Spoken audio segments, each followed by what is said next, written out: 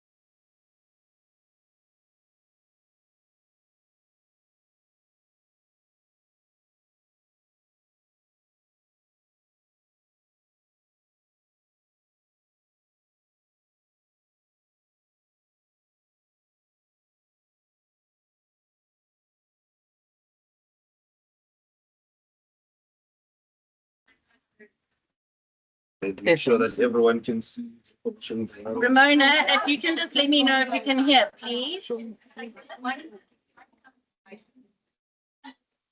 Okay, good evening and good afternoon, everybody. Sorry, we just obviously IT companies, there's always an IT issue. Ramona, you are my online person. Thumbs up, please, if you can hear and see, and the screen is sharing. What have we lost? This thing. Yeah, you can. Okay. So thank you everybody for joining. Please grab something to drink and something to eat, and we're going to get going in a minute. We are contesting against some leaf blowers, so we're going to have to close the doors.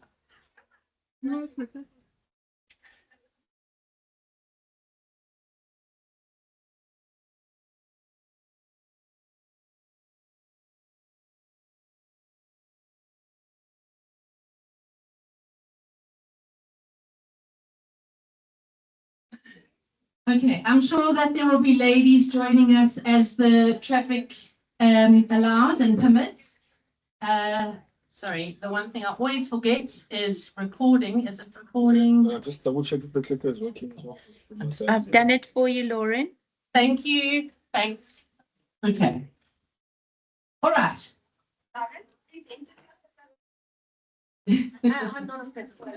Okay. It's not a hard and fast rule. It's fine. As long as you're relaxed. Most important is that you've got a glass of something within arm's reach. Okay. All right. We're all good. Online, please, if anybody needs something, message Ramona. She is online. She's going to help me there. And Mish, I think you're also there. Just let us know if we lose sound or connection. Just a second. It's not moving anymore. Okay. I'll figure it out. Thank you. Thanks, Rata. Sure. Okay. So, because it's already March, and it felt like Christmas was 5 minutes ago, I actually wrote down what I need to say and do today because I don't really know what's going on anymore. I feel like I need a built-in compass and a built-in PA to get me through my day. But very big welcome to all of you. My name is Lauren Clark. I have been administrating the WIT Network for the South Africa chapter for the last 8 or 9 years. There's some ladies here that have been on that WIT journey for those many years. So those of you that have been there from the very small days. We had over 100 registrations for today's event. Half of those are in person, so it will be great to see people in person. And it's just really awesome to have so many ladies interested and participating in these kind of events. So a very big welcome to all of you. And second equal importance is to our hosts for today, Nintex, Mirandi, Nat, JD, ladies running around everywhere. A very big thank you to Nintex. Really appreciate hosting us and your recently refurbed offices, very fancy. But thank you very much. And then, of course, to all of you for joining online. We've got a great number of ladies. Thank you very much for coming through. We've got 4 amazing speakers today. AI and my professional lab. Everybody's living, breathing, talking AI. And if you're anything like me, it just becomes too much, and then I just switch off. And so the purpose of these events we started last year was to get the real life practicalities of AI. How does this relate to me? How am I going to use it? What can I do? So last year we had some awesome presentations, and we had Karika over there gave us some learning links and things like that. And people have been on different journeys depending on how technical you are or not. We had somebody like Van, who's, I think, on the call, share with us how she's built her own PA online, a virtual PA, and how that's impacted and saved her life. I think there were a lot of people that signed up for her course after that, because that sounds like a dream. And so that is the purpose of this series, is to get people to share how they are using AI in their real life. If you didn't know, I'm an HR manager, not a technology person. I have broken lovely Lorato, the IT guy from Nintex, already. As you can see, he's gone to maybe cry, because it won't let me present and use the clicker at the same time. Which, if we weren't here today, it would, because when we tested it with Mirandi 20 minutes ago, it worked perfectly. And if any of you are wondering about your IT demos, that's everything you need to know about doing a live demo. It will break. You can test 1 million times, but it will break in your live demo. So please excuse me, and those of you that are here, I'm sorry, you're going to keep getting me up close and personal as I try and figure out how to jump to the next slide. I'm going to ask. It's a bit of a back job to figure out, sorry, because now we've lost it. But anyway, I know what I've written. Okay. The Women in Tech Network. This is an organization, and very specifically, it's about networking. So a couple of people messaged me about the privacy concerns because of everybody's email on the calendar invite. Very valid concern. We have an opt-in function when you register, so you'll see opt-in. But the whole reason why we don't BCC and why we don't hide information when you sign up, so not before, I don't distribute the mailing list, but when you sign up, it is networking. So please stick around, introduce yourself, tell us what company you're from, reach out and have those conversations, whether it's technical or technical adjacent or job related, that's what the point is. However, something was said, and it makes me realize I maybe am a little bit too rose-tinted glasses about this. This is on the assumption that none of you are violating the privilege of having this database. So up until now, I have just trusted you all. My card, somebody bought Uber Eats at 10:30 on my card on Sunday night. And the only reason I can prove that's fraud is because the last time I was awake at 10:30 was about a decade ago. But fraud is everywhere. And I just want to put a disclaimer here that we're working on an honor system here. You have access to that information in good faith. Please don't give me more admin by having to now go and BCC and hide information. Okay, so it's never been a concern before. It's been raised with me, and that's how we're addressing it. There are a number of women in tech network communities, and I recently went to an incredible event by an organization literally called Women in Tech. Their logo is blue. It's gorgeous, very interesting. You can find Melissa Slaymaker runs it. You can find the presence on LinkedIn. Please, there's no territorialism in Women in Technology. Join these groups and participate in the events, because that's how we're going to change things, is sheer numbers. Okay, so please find Women in Tech. They've done a very fancy thing with the O in women and the T in tech to make the female sign, so you'll know very easily where it is. And they've got some really awesome events. And if you're feeling flush, they have a global event in Osaka in May. So she did send us the price of shame, and it's in euro, and it's 2,000 euro. And I was like, in South Africa, like my calculator doesn't go up to those zeros. Okay. And last but not least, I am going to figure out why my disconnect is happening.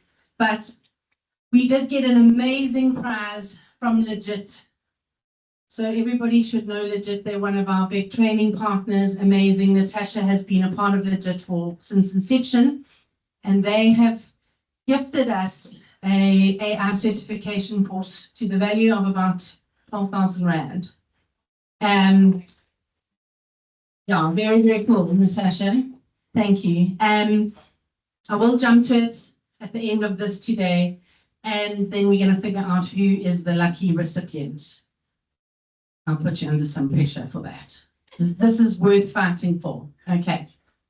But to get away from my tech disability right now, I'm going to jump right into our speakers. So it's always great sourcing speakers for these events. Firstly, because we have so many options to consider, so many people that have just got amazing journeys. So our first speaker, okay. And in true style, she did get her bio to me through ChatGPT prompts. So, okay. So first up, we have someone who's turned AI into her ultimate productivity partner, because why work harder when you can work smarter? So Sugeshni Subrian, sitting here in the front, is the head of marketing for Mint Group, and she's not at all worried about AI taking her job. She's too busy making it her personal marketing assistant. While some fear AI, she's using it to streamline workflows, spark creativity, and maybe even carve out time for an extra coffee break. Her parents still think she goes for lunches and meetings, but in reality, she's leading the way in AI-powered marketing innovation. And everyone knows how much Sue loves Beyonce. If Beyonce had to name her AI-driven marketing journey, it would be something legendary like the AI Renaissance. Sue has been at Mint for more than a decade and is a highly regarded marketing professional, especially within the technology space. She recently completed her her postgraduate diploma in management practice, which is no mean feat considering she's a single mom to two busy young ladies as well. If anyone knows how to get AI to do what she needs, it will be Sue. There we go.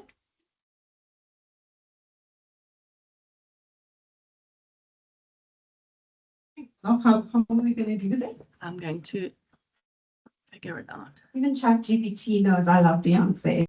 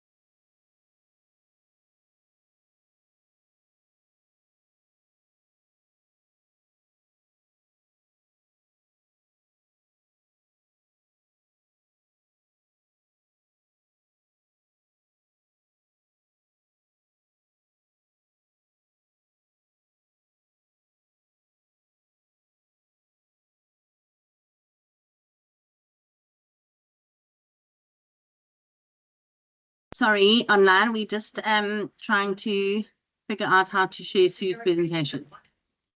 Yes. Do you wait on that part? Okay, let's join you to the Teams call. Teams call.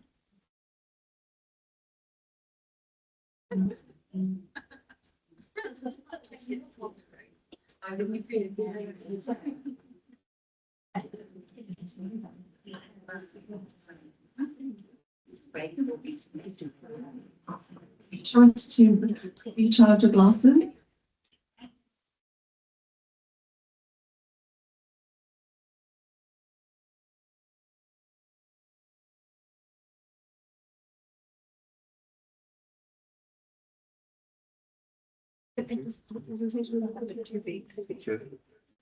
So you want to continue with this one?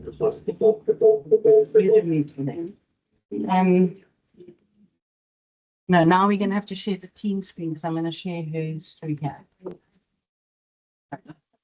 Where's your presentation? What do you want to share here? So we can stop sharing that. This is why I don't like sharing this page. Now my email is all over the public.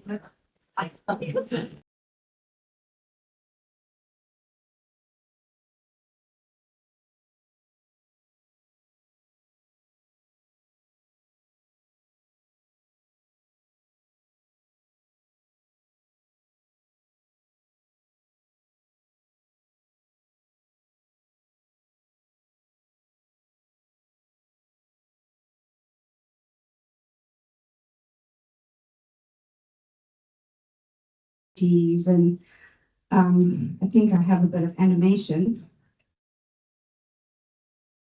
And you see, this is what you think of when you think artificial intelligence. But because I'm in marketing, this presentation is going to be nothing like the futuristic. It's going to be creative.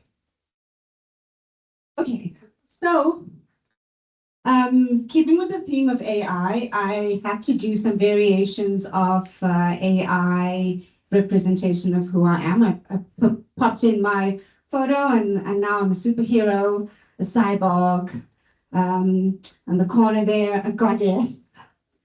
And then obviously I have to be an Indian auntie. And then this one, everyone says I look like my 16-year-old. I'll take it because there's no wrinkles and I can't see the gray hair. And yeah, perfect white teeth. But this is me in reality. So yeah, let's get into it. Laura's done the introduction, so we can go straight into, and I have my back to the ladies here. Okay, so before I start, I have some news. I met a guy. I just have to tell you all. He is thoughtful. He's wonderful. He understands me so well. He doesn't throw his towel on the floor. He doesn't leave the toilet seat up. He's always there when I need him. He's perfect. Yeah, his name's GPT, and he has brothers. If anybody's interested. Yeah, so I think let's start with the whole AI journey. Everyone, if you could raise your hands.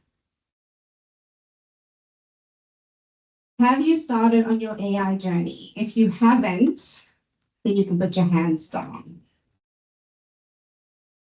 Okay, all right, perfect. We have a sense of who we are in the room.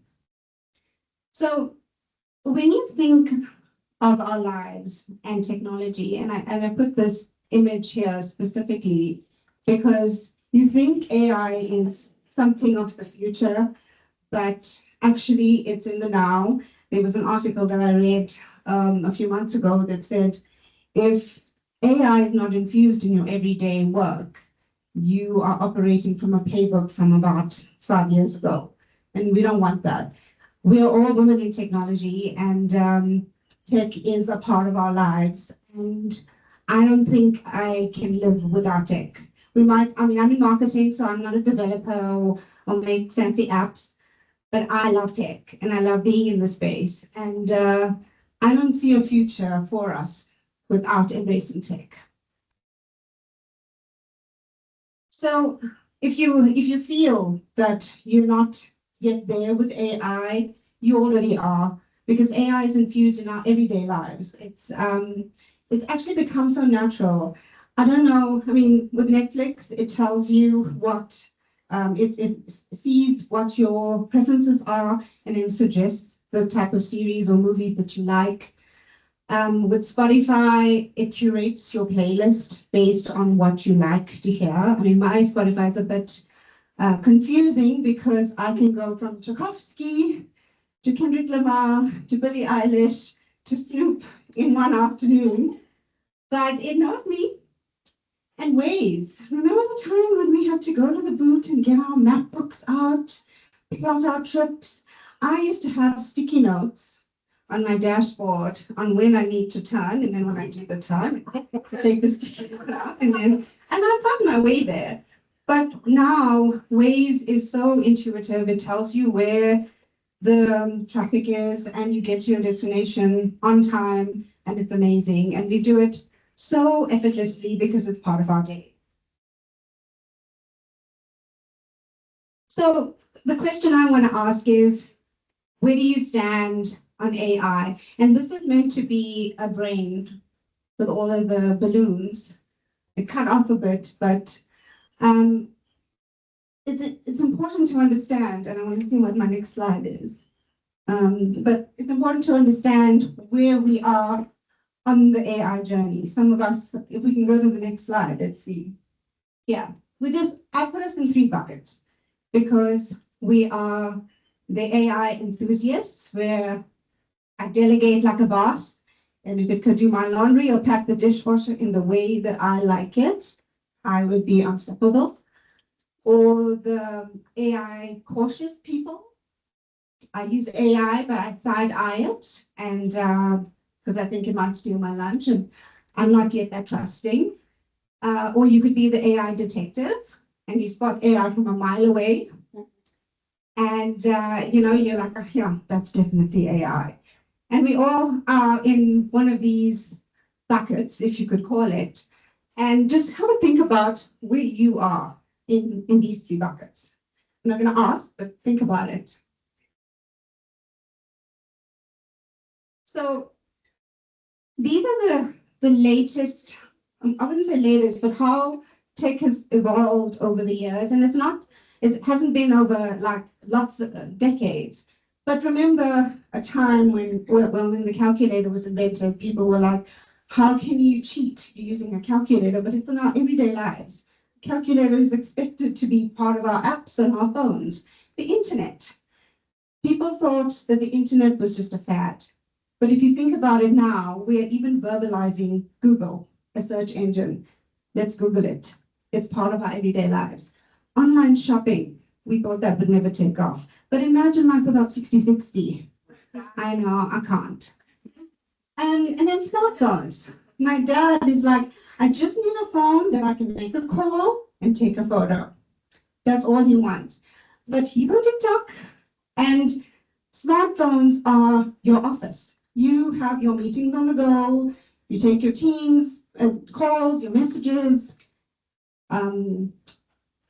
do your presentations on the fly at the street, and social media. Everyone thought, oh, this is just for teenagers. And your grandmother's on Facebook. We know it. We will know, we will remember birthdays because of Facebook. And lastly, electric cars. Everyone thought, what a stupid idea.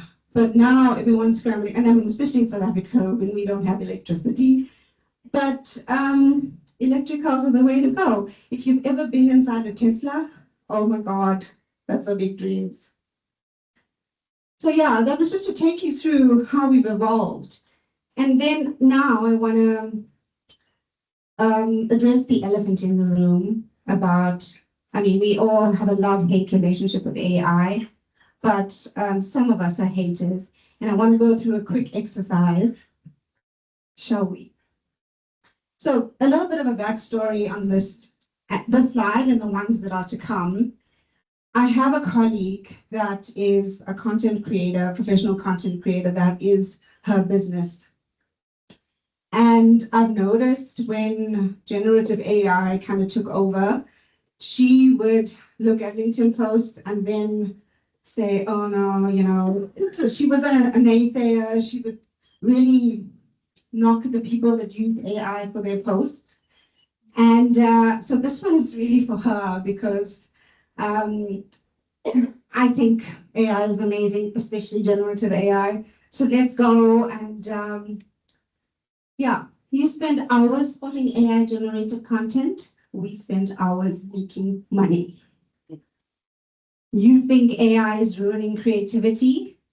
We think your posts are ruining LinkedIn. You say AI makes content too polished. I mean, certain things you've got to change. Your writing is raw in the same way an unsanded table gives splinters. Your posts, you post unreadable essays about real thought leadership. We let ChatGPT write posts that don't make people's eyes bleed. You call AI cheating. We call it not wasting our damn time. You claim AI lacks authenticity.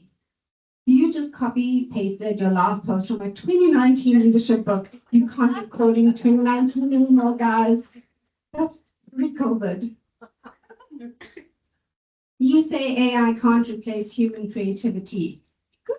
And why are you so scared? You're worried about AI taking your job. We're worried about you taking up space. Burn. Still reading. Okay, almost like good content keeps people engaged. Damn, wonder how that happened. Okay, and then he ended the post with "You Jenny." This is actually, I wish it was my grade of genius, but it was from, he calls himself a self-made evil genius, and he does generative AI for brands, but I urge you guys, follow this guy, Goth. He is the guy that I look for on LinkedIn. I look for his posts because it makes me so happy. He is amazing. All right. Okay, so to put this in a little bit of context about how AI has so rapidly taken over the world, this post tells you the time it took to reach 1 million users in each of the different channels.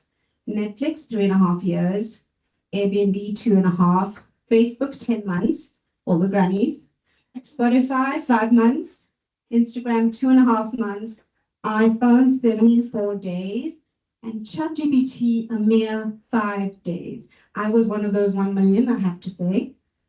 And they cite ChatGPT as one of those rare moments in technology that will reshape everything going forward. And we see that. It has revolutionized how we work from that point onwards. And now there's DeepSeek, and there's Grok, and there's Gemini, and there's Claude, and Perplexity. There's so much. You can't really keep up, but we need to.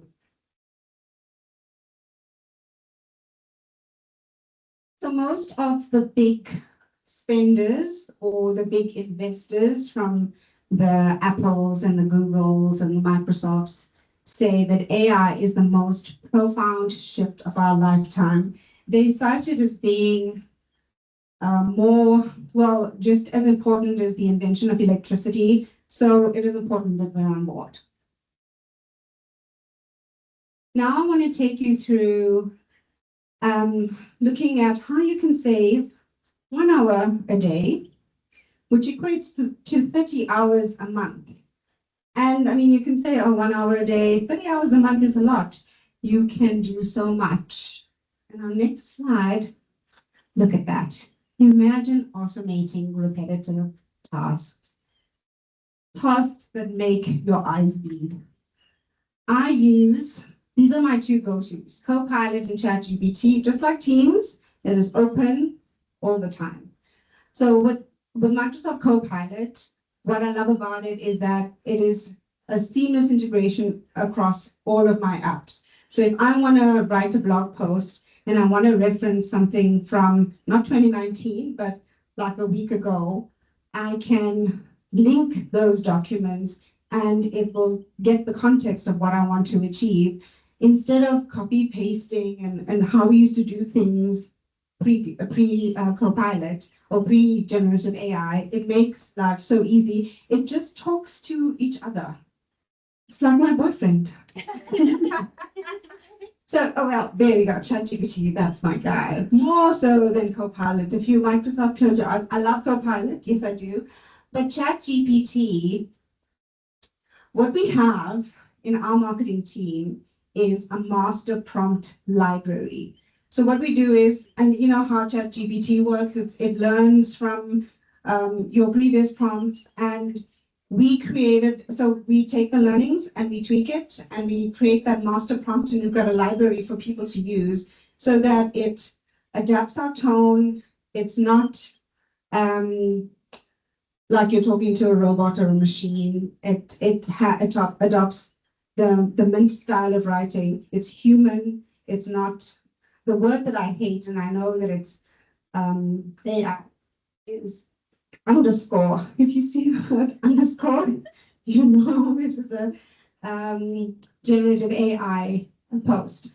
But what we do with ChatGPT is amazing. And what's nice is if you have the repetitive tasks that I spoke about, you can have projects. So something that you do every week, you can have a master prompt saved in GPT, and then you just give it a one-liner and say, follow up on this lead, and you put the details of the lead in, and it will give you an amazing response in minutes that is exclusive to that conversation. Here, I wanted to show you guys some practical examples of what we do. If you're not using Copilot, what I found that works really well for me, I mean, I get about 30 emails a day, and not all of them are where I am CC'd on. It's things that I need to action. So if I click that little summary by Copilot button, it takes a summary of everything in that thread, and then it gives me the context of what is in those messages, and then it gives me options of responses. So I can choose an option and then personalize it to myself. And I think that saves a lot of time for me because we get a lot of emails and a lot of action items to go. So that's just one example that I use Copilot for Outlook. This is for Teams. If you join a meeting a little late, what I love is, I mean, I'm a note taker and I have my notebooks still, but it will, if you just click on your note taker and transcriber, it will give you information from the chat. It gives you prompts to guide you. And all of this is just for your interface, which is, I think, quite amazing because we have so many meetings and so many action items, and it summarizes it all nicely for you.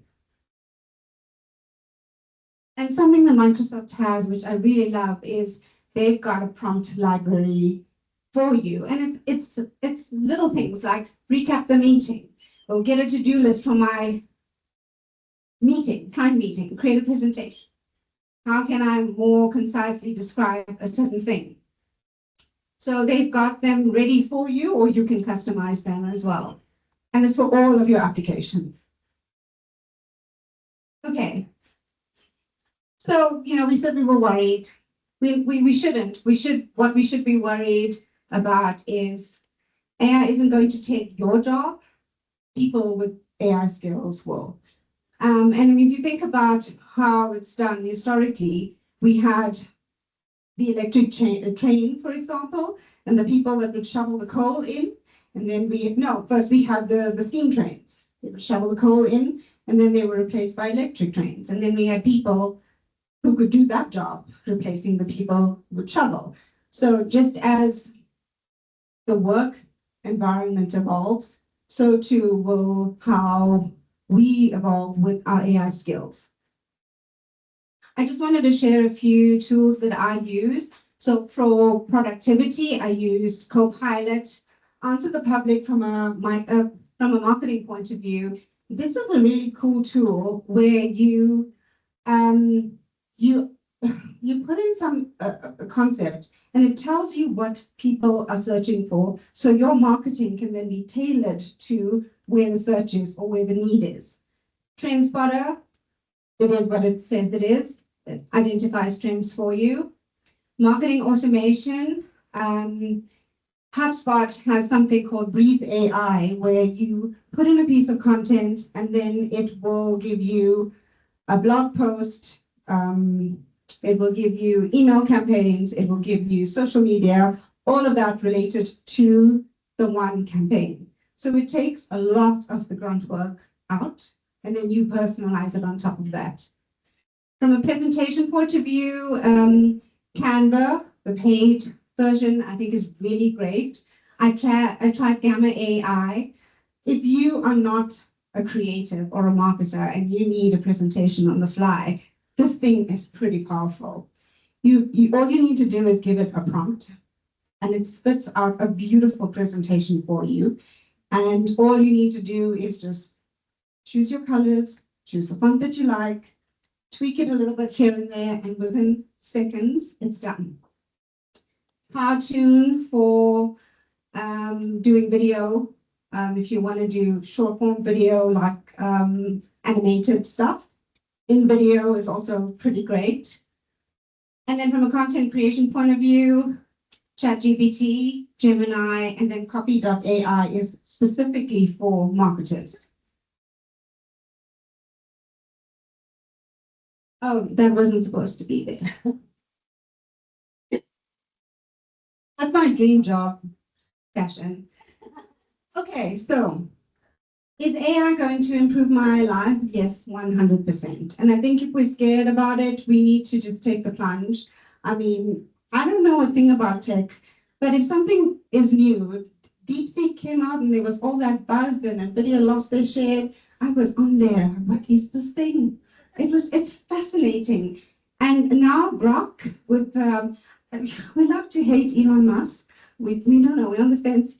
He's our people because he's South African, but yeah, I mean, he is an amazing entrepreneur, but his AI Grok now does it's I don't know if I could call it human because it's now it's not politically correct. No, not politically. No, that's not the right word. If it's Musk, it's definitely not politically correct. Yeah, so Grok will cuss at you, it will be rude, it will tell you off.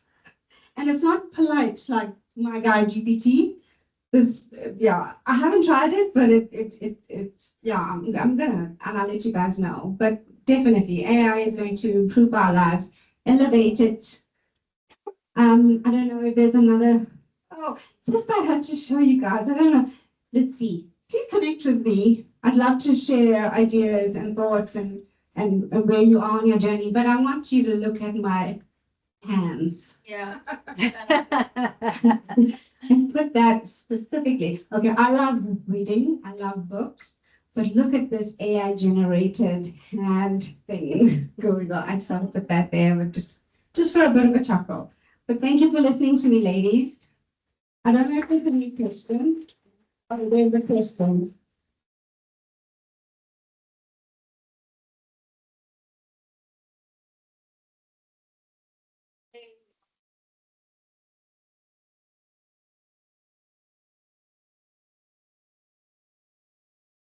You know, that's a good question.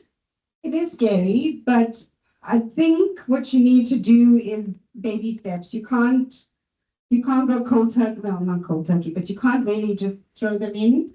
You've gotta very subtly introduce different concepts. And the nice thing about the Microsoft suite is everything has AI infused in it. And if that's their way of working, then they will see. I mean, I don't know about you guys, but if there's a cool button like the Copilot, I will click it. And then you figure it out on your own. And if you don't know something, somebody else will know. The thing with AI is nobody knows. The thing is growing at such a fast pace. We've got to lean in and lean on to each other to understand what it is and how we can do better and learn from each other, I think. I hope that helps you with your... Any other marketing related? You've got an enthusiastic. It's not market related, but I just wanted to know if she knows that ChatGPT. Do you remember? Oh, I have to tell you guys a story though. I don't know if it was ChatGPT, but I read this article because I want to know. My thing is, you've got to be nice to the prompts. You've got to say please, you've got to say thank you, because when they take over the world, they will remember. Yeah, she had manners, so I'm going to say her. But there was this article that I read where they, how you have the capture, you have to prove that you're not a robot. So they asked ChatGPT, or I don't know which one it was, to bypass capture. So this thing was so clever that it went to a human and asked the human to do it for him, her, or must be a him. Yeah, they then, yeah.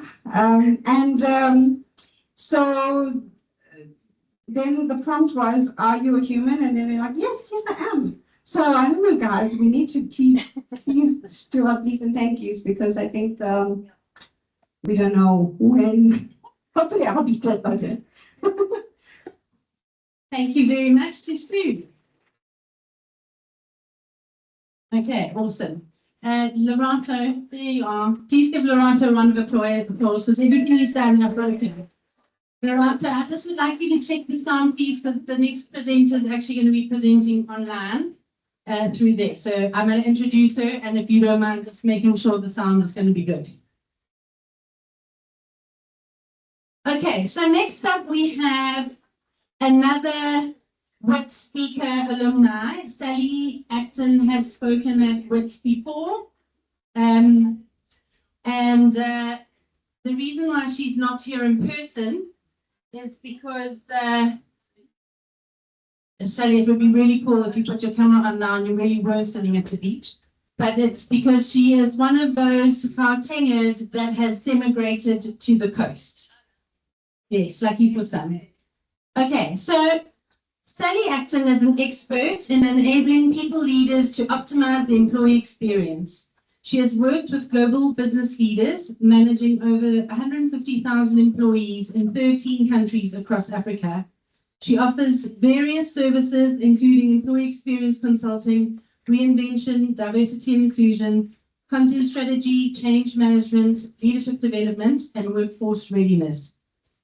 Sal is the newly appointed CXIO of LRMG, a consultancy that partners with organizations to create workforce readiness. She is also the founder of Talk, an employee experience consultancy now part of the LRMG group, and Be a Better Human, an e-learning platform that raises money for over 20 charities. She is also, in between going to the beach, when does she do all of this? She is also the creator of the Future EX podcast. Sally has won the Santabank Top Woman Awards in the ICT and SME categories, as well as the Future of HR and Inspiring Places to Work. One thing she hasn't mentioned, what did I say, is that with her recent emigration, she has continued to master the efficiency and effectiveness in working remotely and driving this as part of the employee experience. So she really is a great campaigner. Sal, are you there? How's it? I am. Hello, everybody. Can you hear me okay? Okay. Fabulous. So, Lauren, just to let you know, I'm not at the beach, but I can see the sea. So I don't know if that's enough for you, but I can see it from where I'm sitting. If that's annoying, I can always be more annoying if you need. Happy with that. Okay, well, hello, everybody. I'm sorry I can't see all of your wonderful faces and be there in person, but I am really pleased. Oh, there's everybody's wonderful faces. Okay, can we get a wave, like a kind of Mexican wave feel going on, kind of? Okay, all right. It's 5 p.m. I get it. Okay, well, it was like the Queen's wave. It was discreet. But thank you very much. I really appreciate it. Thank you so much for having me back as a speaker. And I really look forward to sharing and running through some thoughts around AI that I have from my perspective. You can tell by the numerous tattoos and the crazy graphics that you're going to see shortly that I like to run a pretty informal conversation. So if there's anything that you want to pause on or jump into, we can look at questions at the end, but if there's anything, stick up a hand, pop up a hand online. I really, really, really do like to have conversations more than anything. So if we're, Vanessa can also see this. Vanessa, thank you. Thank you. How's that feel to also be a beach person? Everybody, then if we are good, I'm going to jump into the prezo and should we get rolling? Yes? Yes. Okay. Thumbs up online. Let's do it. Let's do it. So, can you all see my screen? The top 3 things that get said every day. You're on mute. Can you see my screen? Yes? Very good. Okay, fabulous. So everybody, this is a bit of a presentation, but it's also a little bit of a confession. And as Lauren said, I am the CXIO at LRMG, where employee experience and working with workforces really is what I do. So it is an honor to be here again, as I said. And back to my confessions. It's not the juicy, scandalous kind, but one that I think is starting to hit a little bit closer to home for many of us. And it's about AI, it's about leadership, and well, from an employee experience person, it's hard to say, but it's about leaving our people behind. And I think where we are at the moment, and I speak for myself in this space, but you know, AI is brilliant. I mean, it makes us faster. It makes us sharper. I mean, I saw the previous picture with the hands on backwards. Look, it's not always perfect, but it certainly is and starting to feel a little bit superhuman. But the uncomfortable truth that I've started to stumble across, and it's not just me, I also did some reading recently from Gartner, is that the more we master AI, the less time we seem to spend involving our teams. So suddenly, we're unintentionally widening the gap between ourselves and those that we lead. And I'm not just talking about a knowledge gap, but I'm talking about actual work, actual mentorship, actual opportunities to get to know you. So, I mean, from my side, am I getting things done faster? Yeah, I am. But here's what's falling through the cracks for me. I'm not collaborating as much as I used to. I'm not getting that diversity of thought. Those brilliant kind of aha moments that happen when different voices come together and you're bouncing stuff off each other and suddenly you stumble across a realization. I'm not getting that from AI. And I'm getting told all the time, wow, that's a great suggestion. Let's expand upon that further. What is that doing? Listen, don't get me wrong. I love that. I love being told that I'm right. I have teenagers, so I don't hear that I'm right a lot. In fact, I hear that I'm quite uncool most of the time. So it's really nice to get that confirmation back from AI that I actually am on the right track for once. But it is confirmation bias. It is kind of building that echo chamber. And you were talking about Musk earlier, and I think we've seen the dangers of an echo chamber. So it is something to bear in mind. But there is this divide in the teams between the haves and the have-nots. And when I talk about the haves in this specific context, I'm talking about the have access. They have access to collaborating, to learning in a business. If you think about all of the things that you do that you used to outsource to somebody else and say, please put this deck and this presentation together. Please, would you quickly do this or go and meet with that person on my behalf? Or please, could you quickly do these things for me or with me? Now we're doing that with AI.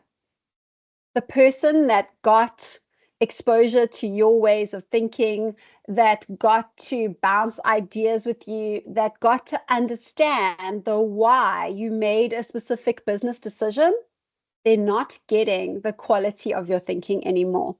They're not getting that passed down through the organization.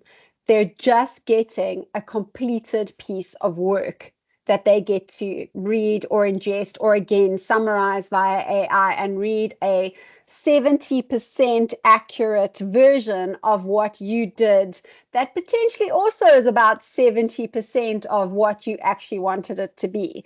So we can see over time how that can be watered down and how the effectiveness in our organization and the effectiveness of knowledge sharing can be watered down.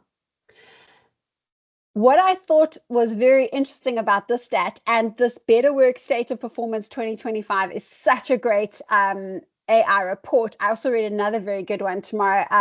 Lauren, if you'd like, I'll share them post presentation and you can mail them out. But they both were very, very good. But this what I thought was very interesting AI adoption is significantly higher at the top of the organization. I mean, we're looking here at 72% of executives are using AI every single day.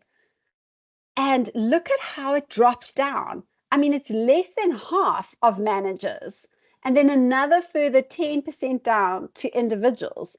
And don't get me wrong, executives are getting so much pressure to turn out more work in less time, in more complex, taking in more complex factors, that to not use AI is no longer an option. But it is something to consider, because that gap between executives and managers is going to get bigger and bigger and bigger. And the output of that is going to get bigger and bigger and bigger. So, as I said, it's confession time for me. I am guilty of this. It is so much faster for me to do things by myself.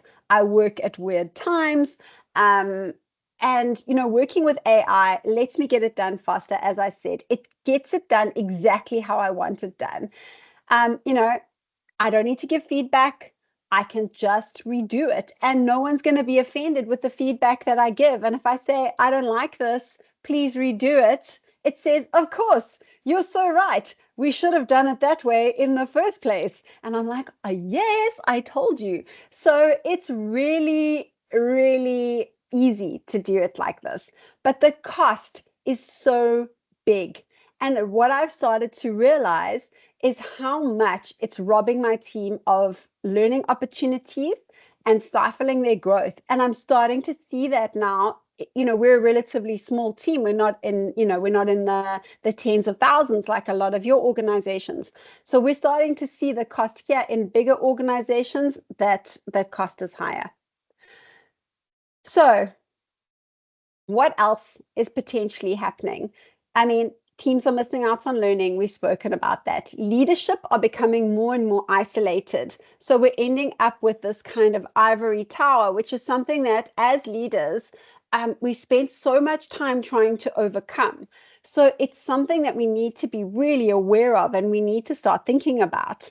What we're also finding, innovation is stalling, because that brilliant collective intelligence, that harnessing the genius of our workforces, is not happening, because we're getting the answers from AI and a list from AI and choosing the best of that, rather than harnessing the collective genius of our people.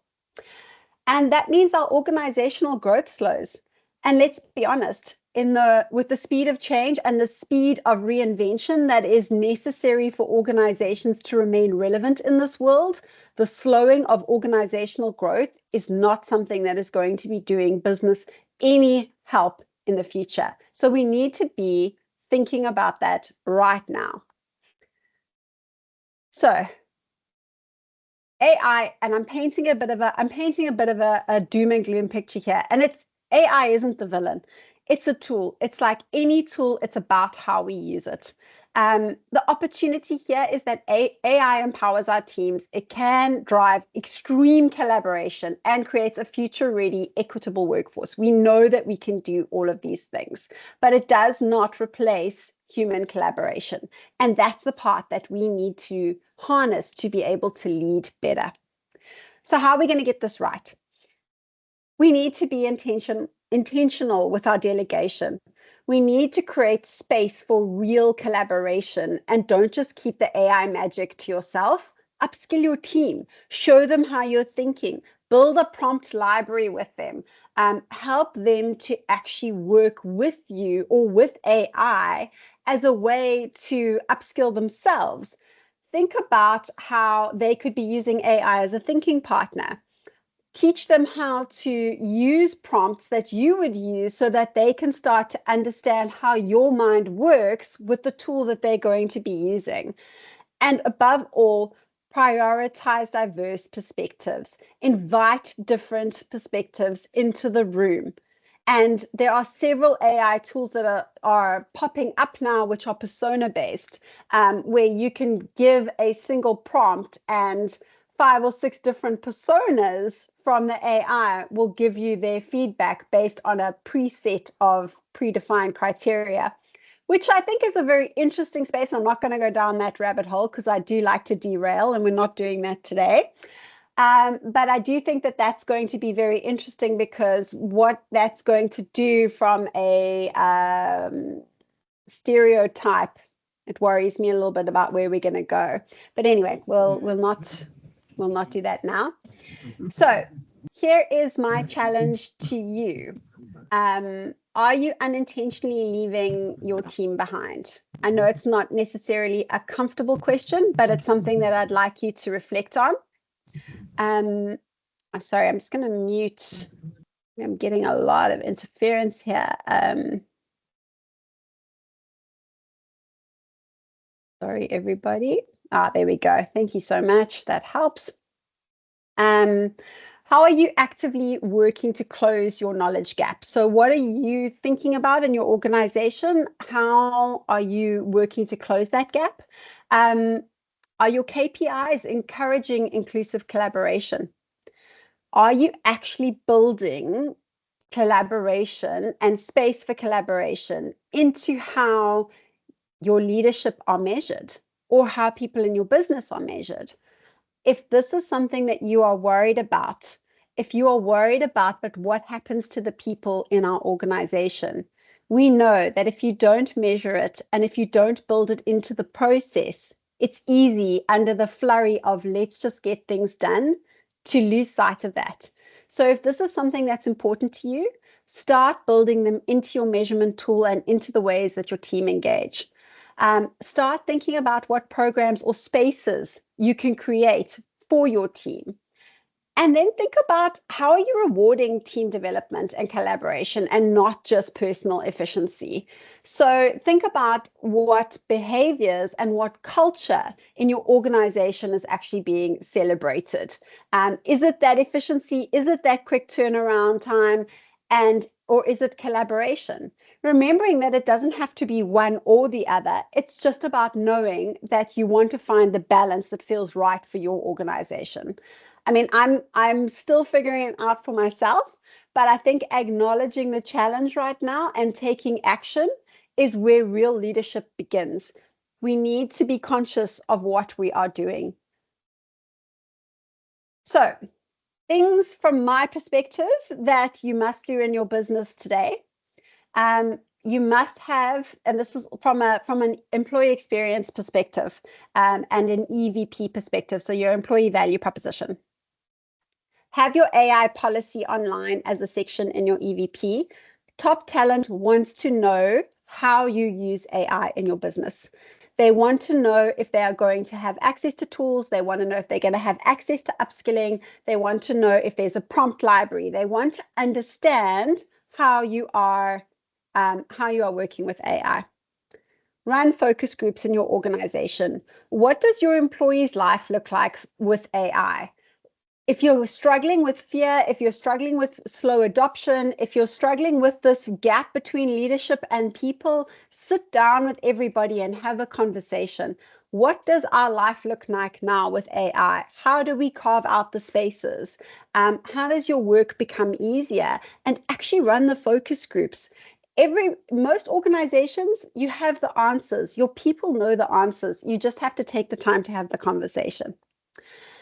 Definitely look at agents for your business. It is a very, very, I heard the tail end of the last presentation around co-pilots. Agents for business, it's going to, if you don't have them already, you'll have them in the next 6 to 12 months, I would have thought. Definitely something that is just moving at an unbelievable rate. Consider moving your skills and performance to AI systems sooner rather than later. Interestingly, stats show at the moment that most people would rather have their performance conversations, their skill and career development conversations, and even coaching. They would prefer to have it with an AI agent than a person, which is very, very interesting. And I'm going to bring up some stats, which I think are also just to further the point along. So this I thought was very interesting. AI laggards plan to stay in organizations while superstars look to leave. Sorry, lead. You can tell I've used all my words for the day. So 65% of less engaged individuals, contributors plan to stay in your organization, while 78% of high performers actively seek out new companies, and those with an AI policy that I was speaking about earlier.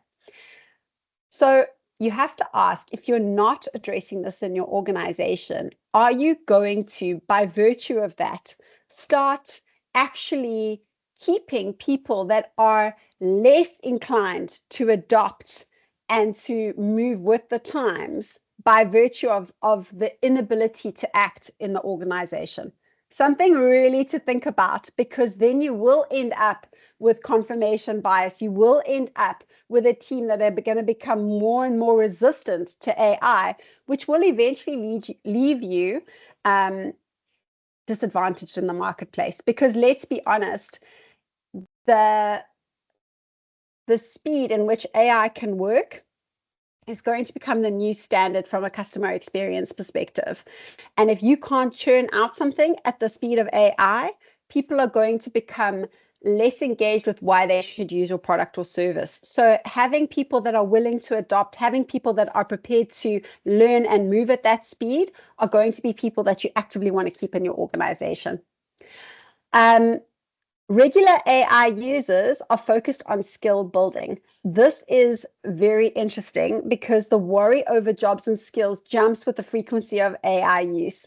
So this is a bit paradoxical in the sense that the people that become more and more proficient on AI understand it better and better and become increasingly anxious about the fact that it will take their job. So that's a paradox I'm not quite sure of how we're going to overcome. But the other side is that the people that are not worried about it are really not going to be contributing to your organization. This is what I was saying a little bit earlier. Employees want AI's help. So career pathing, skills development, and internal job opportunities, these are things that people want AI to do for them. And really quick and easy to get this done in organizations. Most of your talent experience or talent management systems or HRS systems will have this functionality. There's some incredible stuff that's being done in this space at the moment. Really, really cool. And again, employees prefer AI in performance management. They believe that it's more accurate. They believe that it's more fair and objective. There's no personal bias attached to it. That it's more comprehensive and thorough and more personalized than my manager, which I think is very, very, very interesting. And if we consider some of the feedback, especially when we look from a gender bias perspective, we found that this is true because AI will stick to the script. It will look at the words that are given and not the meaning behind the meaning. So what do I mean by that? We often see in organizations that women are promoted less frequently than men. And when we go and do the analysis of why that is, you'll find in the performance conversations that when a woman is sharing a life event with their leader, sometimes they're saying something along the lines of, I recently got engaged, or we're expecting a baby, or this, or my child is not well. And what will happen is then in the performance conversation, it is noted that that individual is not ready for promotion or not wanting to be promoted at this period in time. So that is something that AI completely strips out, which I think is very interesting.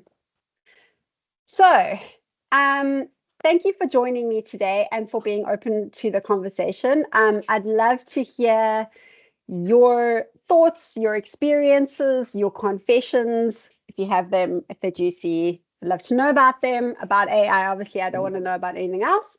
But yeah, let's keep the dialogue going because, leadership in the age of AI, it's a journey and we're all figuring it out together. So yeah, I'd love to hear from you. Thanks, Sal. Very, very cool. I think you've got quite a few people on this side having sidebar conversations with the realizations that you've just shared with those stats. So yeah, a very big thank you. Any questions? Anybody here want to ask Sal? As she said, there are some things coming up in the chat.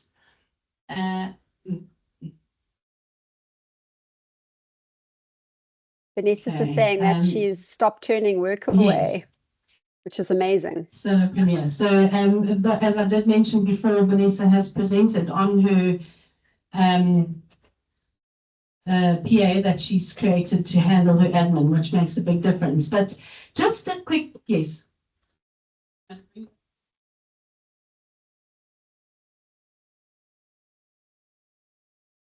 Stanley, I was wondering if you can maybe let me know. I've not seen in any businesses that I've worked with that businesses actually have a very definitive strategy for AI. I mean, is this a nice to have, or have you been seeing on the floor? So I think I would definitely agree with you. I think that one of the things is there's almost like a bit of crippling indecision around how we're going to be using AI and what we want to get out of it. And I think that stems from a place of fear of the unknown. And I think not enough is even being done at a top level to upskill and to have honest conversations around what the current knowledge is with leadership, and that is really filtering down into that company's AI strategy. So where leaders are highly competent on AI and really loving it, you'll see that they have quite an advanced AI strategy, or at least a usage policy that is speaking to how they intend to use it. I think the thing that I'm seeing is that AI is creeping in everywhere. So if you're running an LMS, a learner management system, it has AI. Some of the tools that we were looking at with the previous speaker was, on HubSpot, there's AI, Canva, there's AI. I think that there are lots of AI tools that are being used, but I think the problem is as you say, to the strategy, is there's not really a governance or what we're going to use it for. Copilot, I think, is one of the big things where I'm seeing a unified strategy. So as organizations are starting to really work with Copilot, and I'm saying that because obviously most of our clients are on Microsoft as a platform. So for them to run Copilot, it makes the most sense, because Copilot, if you think about it, harnesses the collective intelligence of everything you've ever put in your SharePoint. If you think from a consultancy perspective or a knowledge-based perspective in a contact center, Copilot can harness everything that sits there, provided the documents have been named well, they've been tagged. You can really build on like 20 or 30 years worth of work. And there we're seeing massive adoption, massive strategies rolling out now for AI and how they're going to be using Copilot. It is quite platform specific. What we do see, though, is we see a massive bleeding of IP, though, going into other AI tools. So we do recommend to any organization is that you decide what you want to do with AI and who is going to use it for what, and then you actually create your policy as a starting place, and then start to build from there. But yeah, there's definitely not a consistent, but the Microsoft teams do seem to be moving at a faster pace now. It took longer, but now they're on it. So yeah, definitely seeing that. Thank you so much, Sal. Yeah, lots to discuss. That's why I love this topic. I can give you literally 30 seconds because we've got another technical delay. No, ask ahead. We need a filler. Hey Sal, it's Nadia from LRMG, your colleague. Excellent presentation. I love that you presented, because I'm in security, and we always talk about the risks of AI, and I'm pretty much on the side of Skynet's coming and the robots are going to kill us. But having said that, I like the fact that you brought up, and you just said it now as well, that there's so many risks with Mm. uploading your own documentation, where you're putting it, how you're putting it, but there's also the barrier. And we see that at LRMG as well, where our own people in IT are stopping our people from using AI productively, right? And that could be a real barrier that you see, is that your own people are kind of stopping you. And that's also really preventing people from adoption. And I really liked what you said. So I think that's something that we need to consider, is how do we break down those barriers internally in our organizations so that adoption becomes something that's easier, better, and helps people move with the right tools in place. 100%. Thank you, Nadia. And yeah, I mean, if anyone ever wants to hear somebody talk about security, that's your girl over there.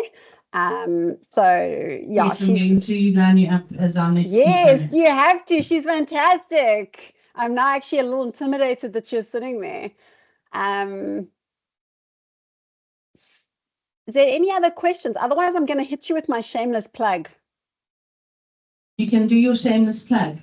I love doing a shameless plug. And now that I've got a colleague in the room that can be there to pick up the pieces, it's even better, because I can just promise all kinds of things and Nadia will have to deliver. So, yay. Right. So at Talk and LRMG, we're all about the employee experience, as you may have picked up from me, and creating workforce readiness. So if you want to have a chat or set up a workshop to look at how the future can impact your workforce readiness gap and your employee experience, or how we can assist your business to reinvent itself and your people in an AI future, let's connect. It's kind of what we do. Nadia's there as well, so she can also tell you a lot about what to do from a security side. She really is fantastic with that. But if you do want to if you want to find out how mature your organization is from an EX perspective, or have a look at our readiness compass, please, by all means, go through the process, get a little bit of an insight as to where your organization is. And if you've got any further questions, please connect with me. I'm very active on LinkedIn. I do like to chat, as you can see, and wave my hands around a bit. But if you've got any other questions, please pop me an email. I'm really, really, really enjoying the conversation. I'm enjoying seeing where everybody is, because I think we're figuring this all out together again. So, really So hit me while up. I love everybody it. is scanning your stuff you put up there, I've got one question at the back, and then we're going to move on.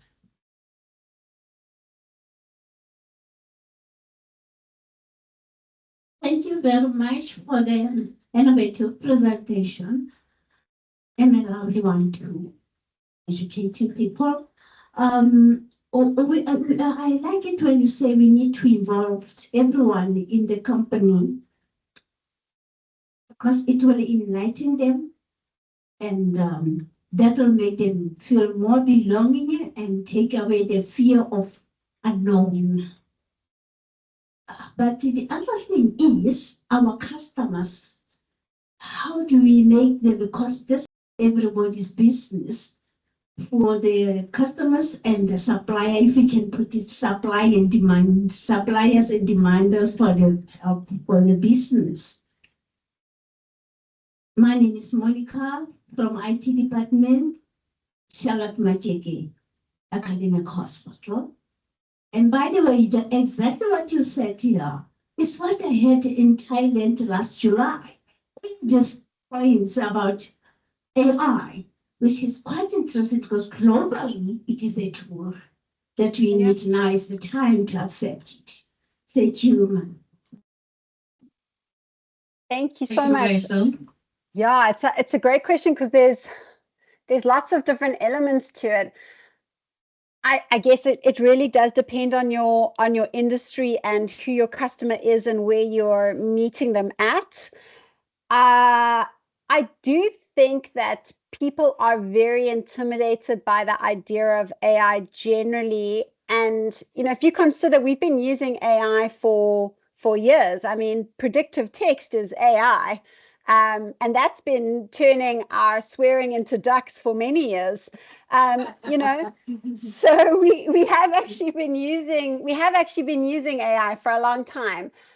I think depending on the context of your organization, what I would say is it would be really cool to start educating your customers in a really slow and considered fashion. So almost like taking them through a change management process.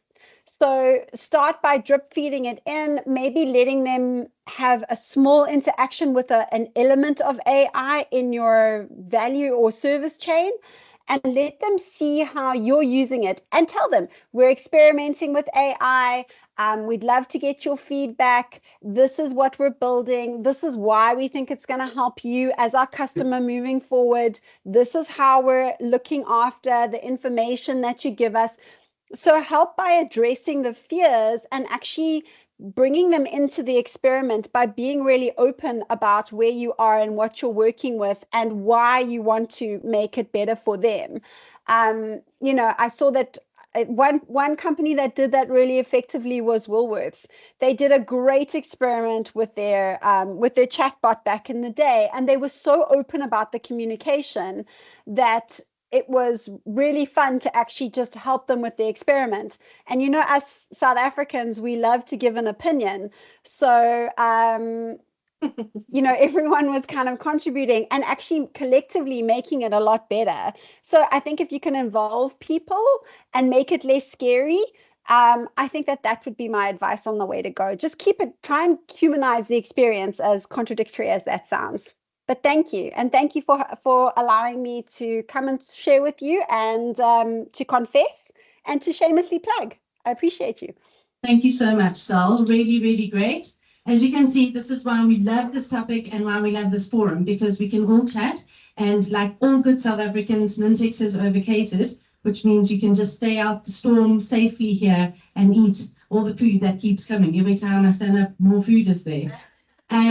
So a very big thank you to Sal. I love that these speakers are generating conversations and making me think.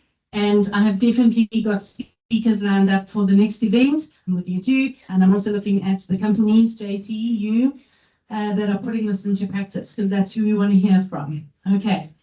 And so we come to our two speakers from Nintex. So when JD, sitting over there, JD, wave. So JD reached out to me and she's like, hi Lauren, I'm from Nintex. Mirandi said I should reach out to you. We're very keen to host a WIT event, and we have a speaker. And I know some of the Nintex ladies have shared before, so I was like, absolutely, and we'd love to come to the West.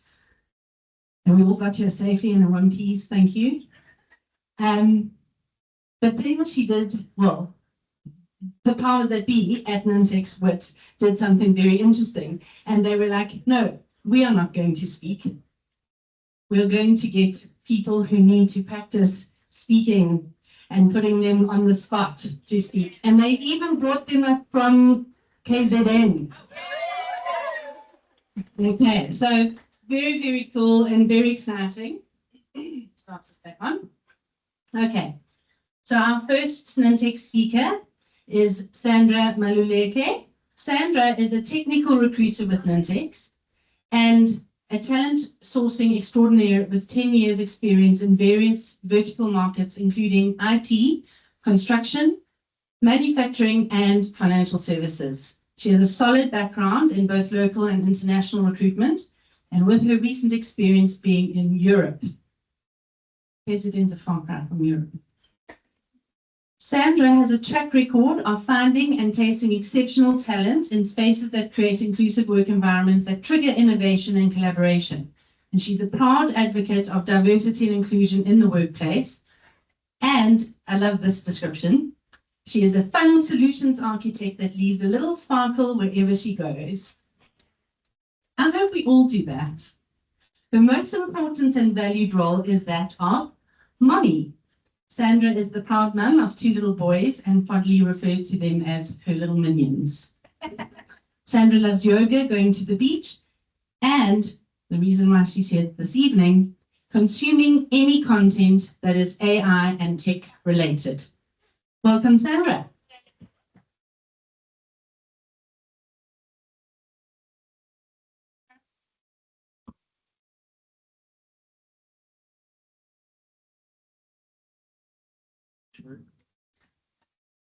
She's joined the meeting and she's going to share there, but my sound is on there. Yeah.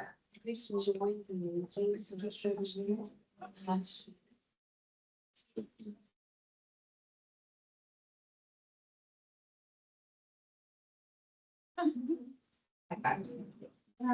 want me to pass me? Yeah, sure.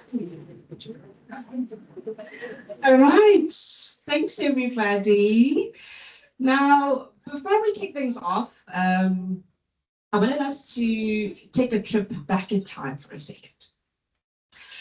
So, it's the 5th of March, 2001, right? And a manufacturing giant is in the middle of a hiring surge. The company is growing rapidly, and as a result, there is a demand for certain skill sets that will obviously cater to this expansion. Now, a recruiter receives a note in their mailbox, and the note is from one of the senior HR managers. And this note is to basically inform the recruiter about a new project that is about to kick off in the next 3 months. Now, we all know how it works in recruitment, right? Now, the project headcount is estimated at about 80, plus minus 80 new hires. And that is going to be across the different teams and regions. Good question. How do you think the recruiter responded? But he had not responded, but how do you think the recruiter reacted to the mail? They ran away. Shock, horror. Anyone on this side? Were they enthusiastic? Was there panic? Let's take into consideration the fact that it is 2001. So most, if not all, of the recruiter's tasks are manual. Right? I believe this might be the best fitting reaction from the recruiter. It is 80 plus new hires across different regions and everything is manual, so I understand. Now, there was a thought in the recruiter's mind, and that thought was, do we even have the capacity to deliver, given that we are in the middle of a hiring surge? And to be honest, it is a manufacturing industry. So there's probably a backlog on a couple of roles that are pretty much taking longer to fill due to the scarcity of the skill set. Now, the best solution would be for the recruiter to call up a traditional staffing agency, right? But then that would mean playing the waiting game, because it would take days, if not weeks, for the right CVs to land on the recruiter's desk. Now that, folks, is the dilemma. Ladies and gentlemen, my name is Sandra Manuleke, and I am a technical recruiter, or rather recruitment professional with over 10 years experience across various vertical markets. And at the moment, I work as a technical recruiter for Nintex. And those that might not know, Nintex is a pioneer within the process automation space. We've been empowering thousands and thousands of businesses globally to unlock the power of endless possibilities through automation. Now, with a decade of experience in recruitment, I have seen firsthand the impact of AI and automation. Now, today, at just a click of a button, a recruiter who receives the same email as that from 24 years ago now has access to millions and millions of candidate profiles across the world. Right? It's just a matter of filtering the results down to those profiles that match the job requirements closely. Yeah? It really is that simple. Now, I kicked off my career in recruitment back in the day when CVs would from time to time come through a fax machine and AI, or rather artificial intelligence, is just a buzzword. Now, fast forward to 2025, and now AI and automation are powerful tools that are literally altering the recruitment terrain. Being a recruiter in the age of rapid digital transformation, my role has evolved from that being a traditional to a strategic business partner. Thanks to AI's predictive capabilities, I am now able to inform hiring managers of the talent landscape, which in turn helps them make more informed business decisions. Complete game changer, huh? 100%. So AI and automation have completely revolutionized recruitment. Next slide.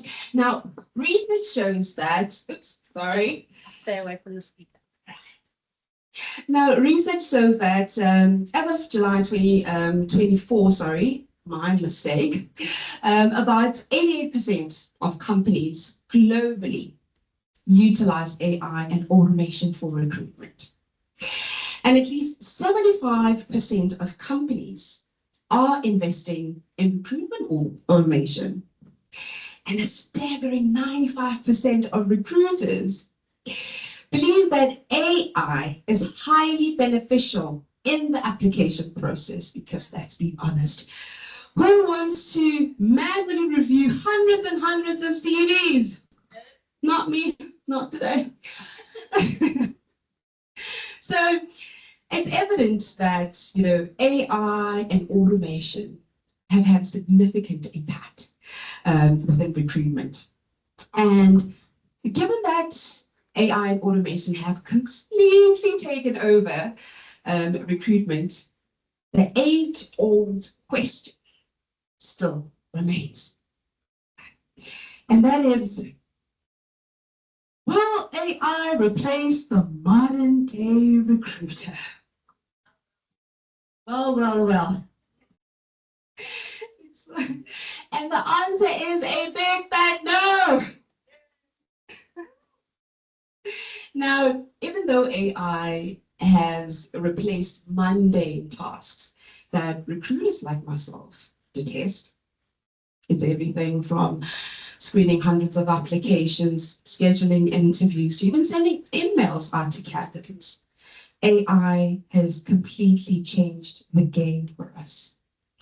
AI literally becomes a magical tool in the hands of the modern day recruiter. AI has literally opened up the door to a more, I would say, strategic talent building function. Now, I like to think of AI and the recruiter as Thor and his hammer. Now, if you think about it, the hammer on its own, beautiful artifact. We can put it up on eBay, sell it to the highest bidder, if they can pick it up, of course. But in the hands of Thor, it becomes a powerful tool, right? Same applies to Thor, right? Without his hammer, well, let's just face it, he's just a regular dude with really good hair. Am I right? with his hammer, he becomes unstoppable. Right? The point I'm trying to make is that there is no future recruiter without AI. And if you ask me, the future is now. Right?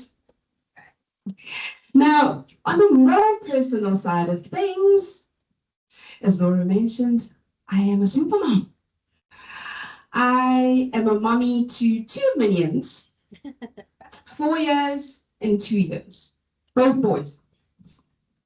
And they love food. Surprise, surprise. Thanks to AI, meal prep times are no longer an issue. And so is keeping the boys entertained whilst mommy saves the world. You see, AI and automation have seamlessly integrated into our lives and have basically reshaping how we live, how we work, even how we interact. I think of all of the amazing things that you used AI to get here. Without AI, I would have been late for this conference, right? Right? We use AI in literally every facet of our lives these days. So AI has literally come a very, very, very long way since 1951. And in my opinion, it just keeps getting better and better and better by the day, right?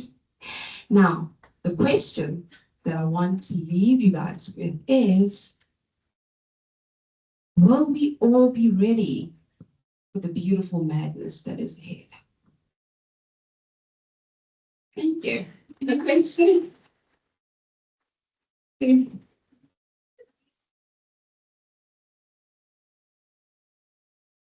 Shoot, that is a good question. Oh, sorry, question again?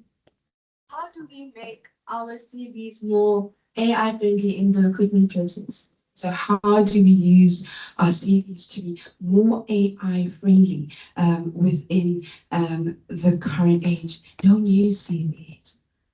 I'm kidding. Well, it all boils down to one thing: keywords, making things simple. Every time I come across candidate CV and it's just filled with unnecessary stuff, I always ask myself, are you applying for a role? Sorry. Oh. Sorry, that's me. Are you applying for a role or in parliament? So I'll always tell candidates to make it as simple as possible. On your CVs, your CV basically is your profile. So it needs to pretty much reflect what your daily deliverables are. Anything more than that is just a waste of time. And I am being honest, this is coming from a recruiter's perspective. All the things that should be in your CV have to boil down to what you are doing in your current day. What are your key deliverables? Then your job description needs to speak to whatever role that you're applying for. If there is no alignment, unfortunately, it is what it is. But it all boils down to simplicity, making sure that your CV is a reflection of the roles that you are applying for. It really is that simple. Anything more than that, I guarantee you, it literally takes a recruiter about 8 seconds to screen your CV. Anything more than I literally just look at the keywords that are literally on the job description. That's how I look at your CV. I don't care that you have a BSc in astrophysics. I just want to know whether you can screen a CV. That is all I look for. And that is how recruiters screen your CVs. We go into your CVs knowing what the job requirements are for the role that you applied for, and we just literally screen for those keywords. Anything more than that is literally just a waste of time. So another key point, customize your CVs for every role that you apply for.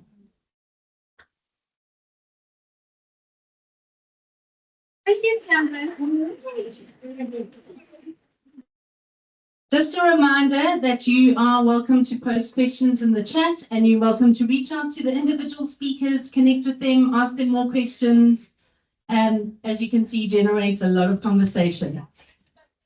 Oh yes, and it is her birthday, so happy birthday! Okay. Last and definitely not least is Zoe. Zoe, can you come and join me in the front, please? Zoe is an associated automation test engineer with Nintex. She's a tech enthusiast who didn't exactly choose a career in automation. It chose her. Dun, dun, dun. A perfectionist at heart, she has naturally gravitated towards quality assurance, where she could blend her love for problem solving with her passion for making things run just right.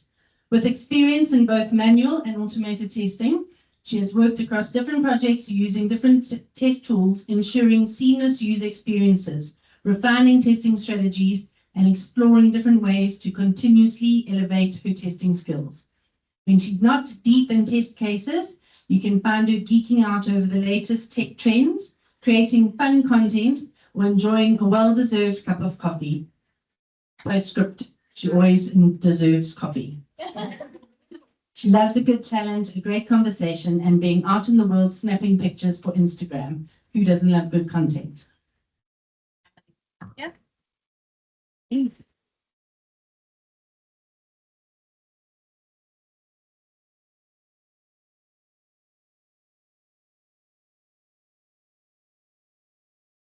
Hi everyone. As you can see, I'm catfishing you right now. This was heavily edited. Okay. So firstly, I just want to say how everybody looks so beautiful. It is such a pleasure to be in front of you right now. Thank you. Anyways, so when I was first approached with this amazing opportunity to stand here and talk about how AI has transformed my professional life, I thought, okay, it's time to get very technical. I'm going to show off about all these tools and these frameworks that we use. But then the more I thought about it, the more I realized that for me, it isn't just about the technology. For me, it's about how AI has transformed the way I work, the way I learn, and how I see myself in this industry. Anyways, so if I'm going to be talking about me,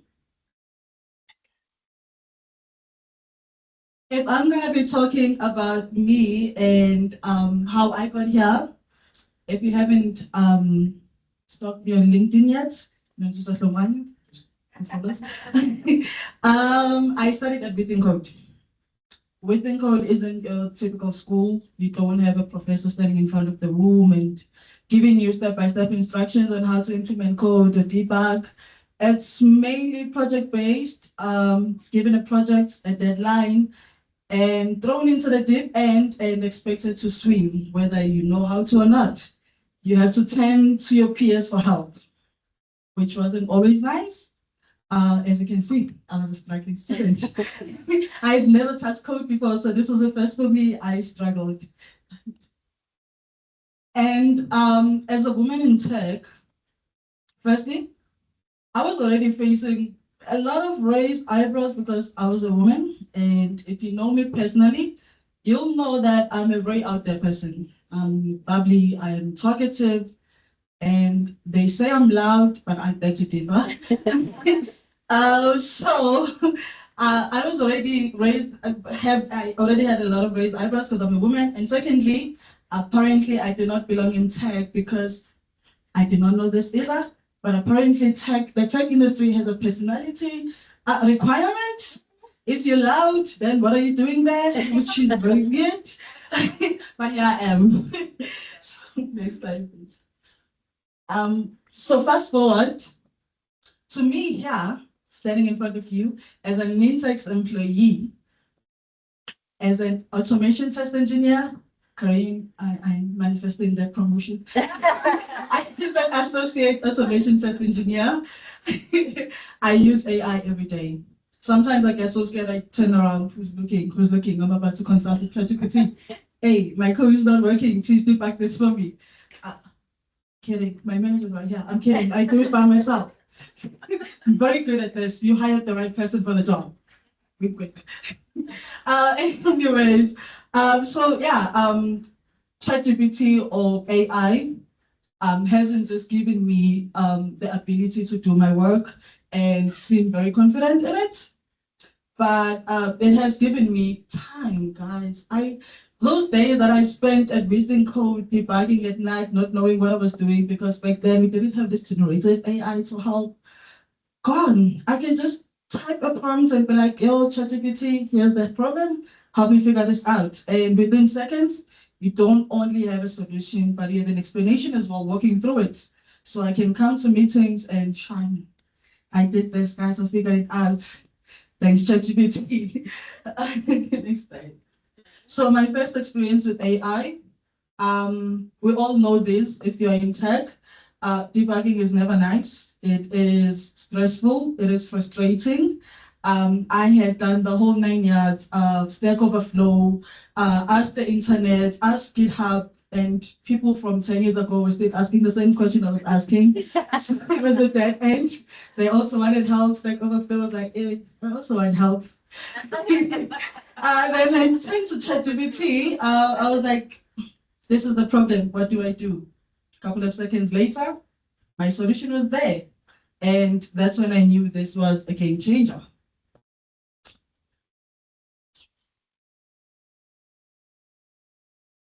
Okay, so AI is now woven into my daily work life.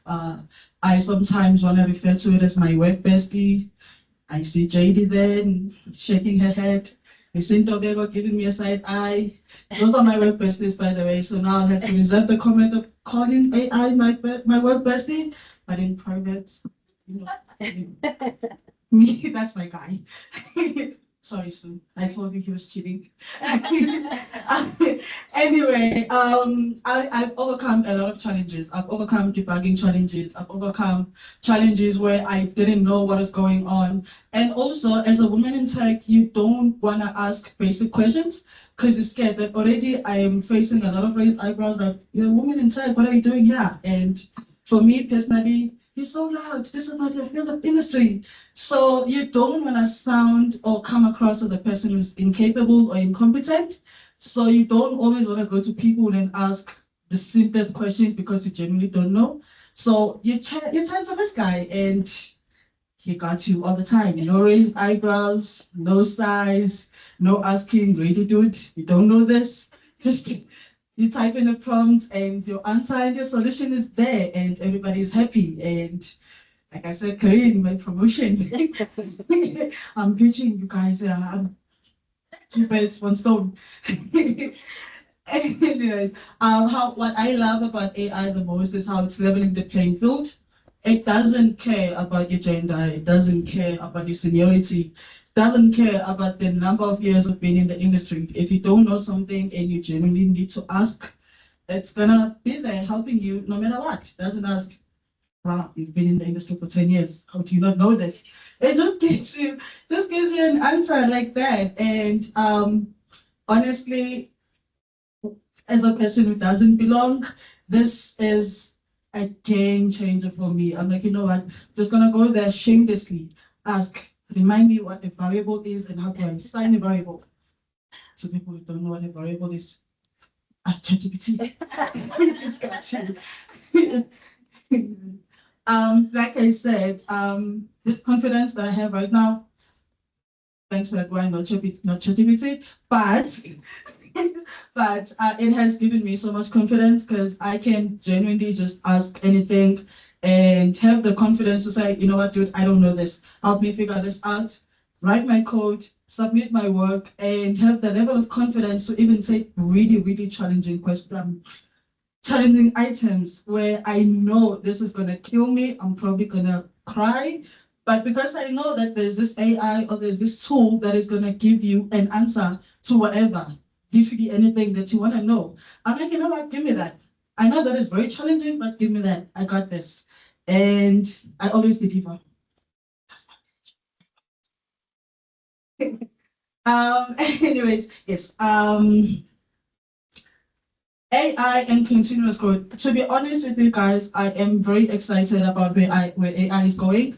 I see the vision. Yes, it is still growing. We still have fights, silly fights, because it keeps lying to me, and I had to tell it, dude, you don't tell me this, I'm gonna go to court. Give me something. So it's still growing. It is still a work in progress. But I am genuinely excited about where the future of AI is going. And I'm honestly excited. I feel like it's going to be a game changer for our industry. And yes, big things are coming. And in closing, I just want to say that whenever I'm asked, how has AI transformed the professional life? For me, it's not always about the productivity, about the automation, although those are all true, it does help me be productive, but it's about how it has boosted my self-confidence to come into the team with something that I've implemented. Yes, I said implemented, not ChatGPT, that I implemented, and I can bring it to my team and be like, guys, this is the work, it works, let's get this to production. And yes, it's not always about the technology for me, although that is very important, but it's about what the technology can do for me as a person who's in the industry and is considered a minority in the industry. Anyways, thank you guys. Isn't that the most epic way to end the presentations? So you are like effervescent. I would imagine you are like a bottle of champagne. So I just want to quickly correct you. When I was interviewed to join Mint nearly 13 years ago, Yvonne, who was here earlier, interviewed me and she asked if I'd ever worked with developers. And at the time I said no, but I had watched Big Bang Theory. And I can categorically say, after nearly 13 years in IT, that the Sheldon Coopers make up about 30% of the people I've worked with in IT, and people like you make up a lot more. There's a lot of personality in IT. I think it's because more women are joining IT. Let's just own it. Just really big thank you, and we are wrapping up shortly. I just want to do, now that Laurent and I have figured out what I'm doing wrong and what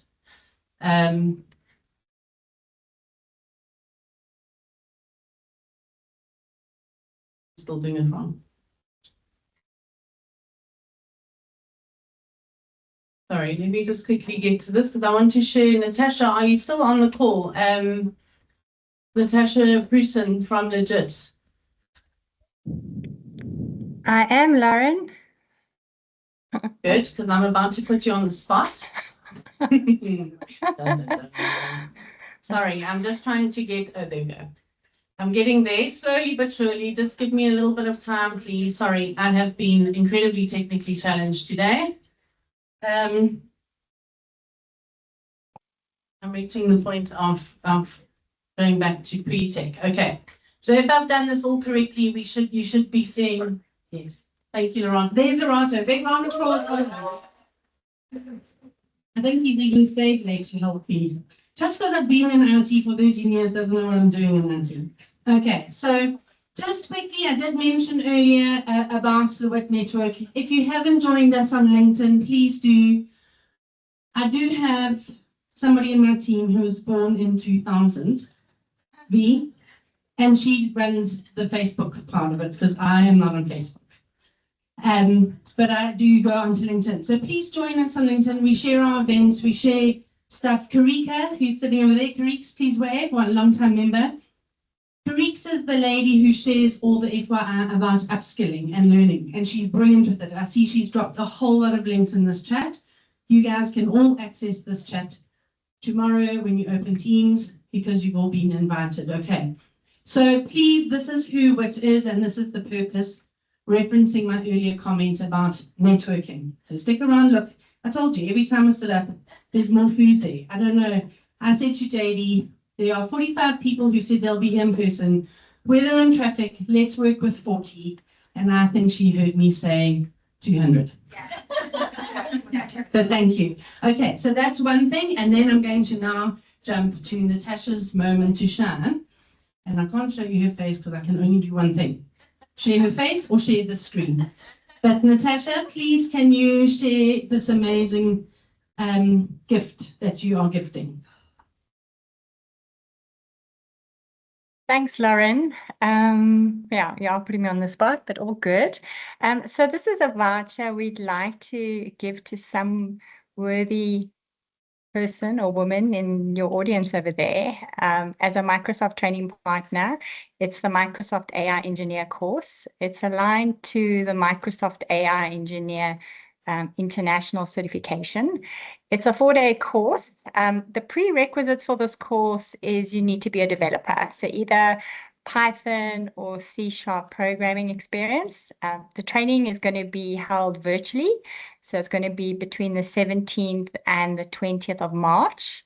And we're giving away this voucher to one lucky contestant today. So Lauren, you get to decide. I don't know how you want to do it, but yeah, this is what's up for grabs for today. Financing that runs on Python, it's a little bit broken. Can they fix it? Did you hear that? No, I Natasha? can't hear you. Okay, can you see the front, please? We've discovered a way to narrow down the eligible contenders. Okay, tell me. I have another prerequisite.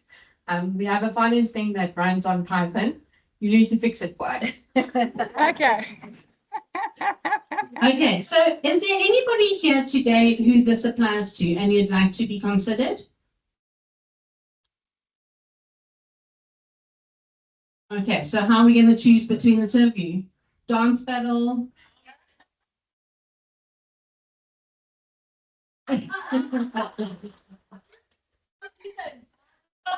Okay, Nat, we do have a recipient and we will figure out a way in the next 20 minutes to determine between the two of them and I'll send you through their names. Okay, if there's two of them, I'm happy to give it to both of them. Ta-da! This is why Legit is the best training partner. Okay. Ladies and some gentlemen, thank you very much. Please just share your contact details with me. I'll actually put the details in the chat. Thank you. Okay, so for those of you that are here, not on the call, that was just V asking to please make sure you've checked in with her. And if you do have your 100 Rand in cash, I know previously I let you put it in my bank account, but that admin just broke me. So, and also I don't have a bank card at the moment. So just if you have got cash, please pay V. It does go to the host to just cover some of the costs for today. So it's not a profit-making thing. But ladies, thank you very much. And to those of you online, thank you so much for joining us.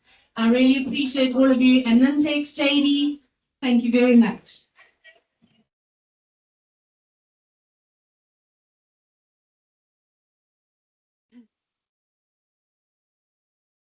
Bye, everybody online.